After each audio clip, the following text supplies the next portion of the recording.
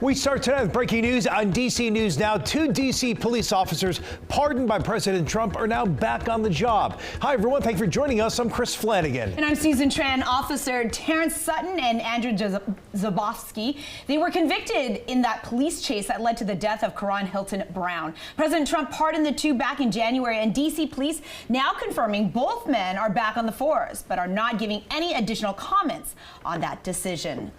Also, new reaction from all across Virginia as a former Fairfax County officer will no longer have to serve 3 years in prison for killing an unarmed suspected shoplifter. Yeah, Governor Glenn Youngkin commuted his sentence that the judge just handed down on Friday. Wesley Shiflett was convicted of reckless handling of a firearm in the shooting death of Timothy Johnson. That took place in Tyson's Corner Center 2 years ago. DC News Now's Max Marcilla shares some potentially far-reaching impacts from the governor's actions. Former Sergeant Wesley Shiflett's conviction is historic. He's just the second Fairfax County officer ever to be convicted for their role in an on-duty shooting. The governor commuting his sentence is also historic, and it's led to talk about what it could mean for the justice system and for policing.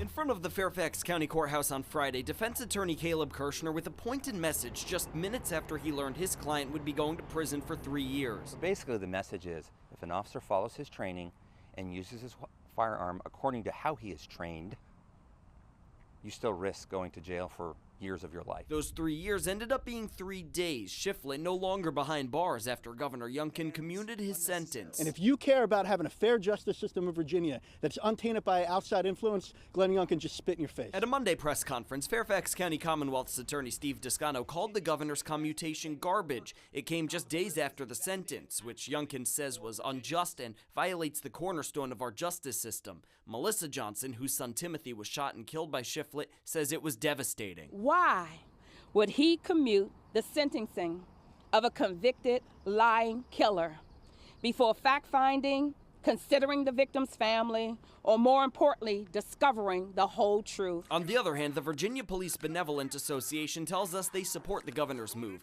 Part of their statement says the governor's action reinforces the importance of recognizing the complexities and split-second decisions officers must make in the line of duty. But Johnson says this is not about all officers. This is about the actions of one rogue police officer. In Fairfax County, Max Marcilla, DC News Now. Meanwhile, developing now in Montgomery County, Maryland, a home engulfed in flames in Potomac. You can see it here. The fire broke out on Mary Mead Court this afternoon. When crews got there, they say the flames are shooting out of that roof. Now, firefighters believe everyone did get out safely, but they say the home caused about $3 million worth of damage. And some intense flames here in the district. A house fire this afternoon in Northeast. It happened right near the intersection of Holbrook Terrace and West Virginia Avenue. Firefighters say the flames started in that townhome and then it spread to the back part of the building. No one was hurt. All right, let's get a first check on the forecast with Chief Meteorologist Janessa Webb. A chilly start to our work week on this Monday evening. I know, but I'm looking forward to warmer temps. But as you always say, you giveth and then you take a little bit away. Yeah, it always comes with the cost, right? We have the 60s back on the table tomorrow, so excited not to have the big winter coat out anymore. As meteorologists, we are celebrating our spring season, astronomical spring. It does happen March 20th here in the Northern Hemisphere, so we got a few more weeks before we start to see that, right?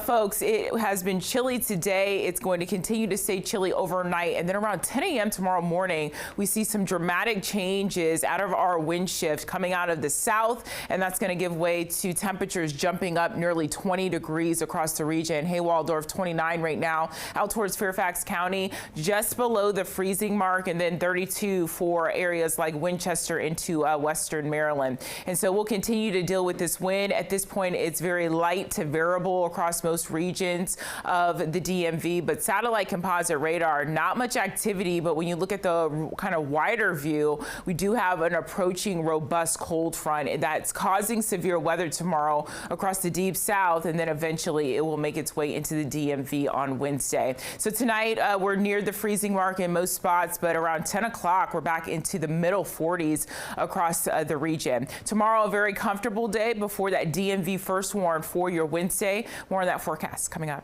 All right, Janessa. In the district, the chaos continues. Federal workers are fired. Families really struggling to figure out how they're going to make ends meet. There are departments being gutted and jobs being slashed, and also rallies all across the region pushing back against the Trump administration and billionaire Elon Musk. Reporter Marielle Carbone is live for us outside the Department of Housing and Urban Development. And Marielle, this is one of the latest agencies to be hit. So what's happening there?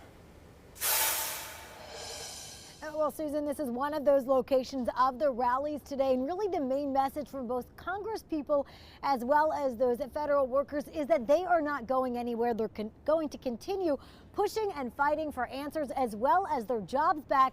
Meanwhile, some state governments are trying to step in and help.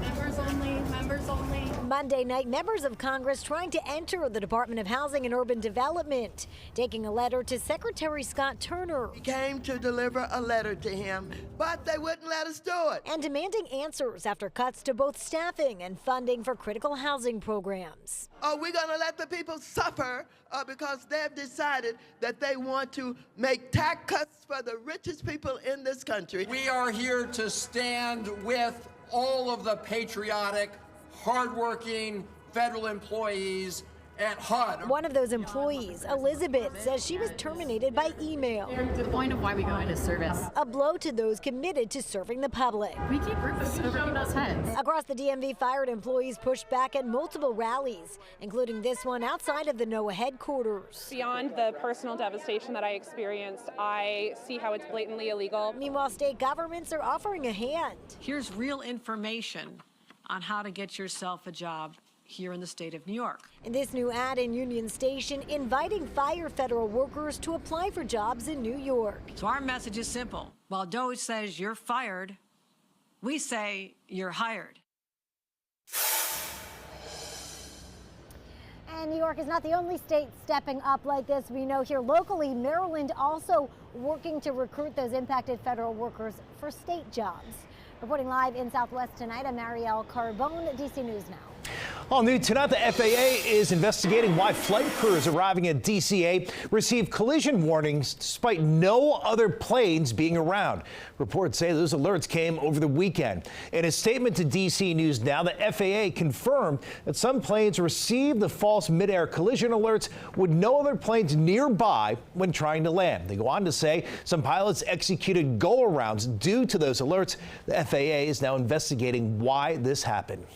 Well, in the district, parents have just a few more hours to apply for the My School DC lottery, but better hurry. That deadline is midnight. This is your last chance to submit applications for next school year for pre-K 3 to 8th grade. The results of the lottery, that'll be available March 28th. Families can begin enrolling their children April 26th. The deadline to enroll match students, that is May 1st. All new tonight, the Washington Nationals and Baltimore Orioles are ending a years-long dispute over broadcast rights. So this finally means that the Nats owners can negotiate their very own TV deals that start in 2026. When the Nationals first moved from Montreal to Washington and into Baltimore territory, part of the whole deal required the team to give up exclusive broadcasting rights to the Orioles, which created MASN, the Mid-Atlantic Sports Network. And starting in 2026, the Nats can then seek out their very own lucrative TV deals. Yeah, the Nationals also looking at selling their stadium naming rights and jersey patch sponsorship. They're actually the last franchise in baseball to do so. Our sports director, Derek Forrest, of much more on the shakeups happening for the Washington Nationals. It's tonight on Game Night at 11 o'clock. Developing tonight, President Trump is ordering a pause to all U.S. military aid to Ukraine. This comes days following that shouting match in the Oval Office. White House officials say that the U.S. will use this halt in funding to review the situation and ensure that it is contributing to a solution. Earlier today, Trump took issue with Ukrainian President Zelensky for suggesting it would take time to come to an agreement to end the war. And taking a live look right now at the U.S. Capitol building, where President Trump will deliver his first joint address to Congress of his second term tomorrow night. The president has promised major announcements in his address, including an update on the Ukrainian minerals deal that spectacularly fell apart last week. Republicans say President Trump will lay out his plan for strengthening the economy, but not all lawmakers will be in attendance. Several Democrats say they are skipping the speech. You should also expect roads near the Capitol building to be closed for the president's speech. Police say part of Constitution, Independence, Pennsylvania, and Maryland avenues are going to close at midnight. Other roads will start shutting down as well, starting tomorrow at 1 in the afternoon, and then at 5:30 and 7 tomorrow night. And they'll all remain closed until that address ends. We put the full list of all of the street closures on our website, dcnewsnow.com. Well, coming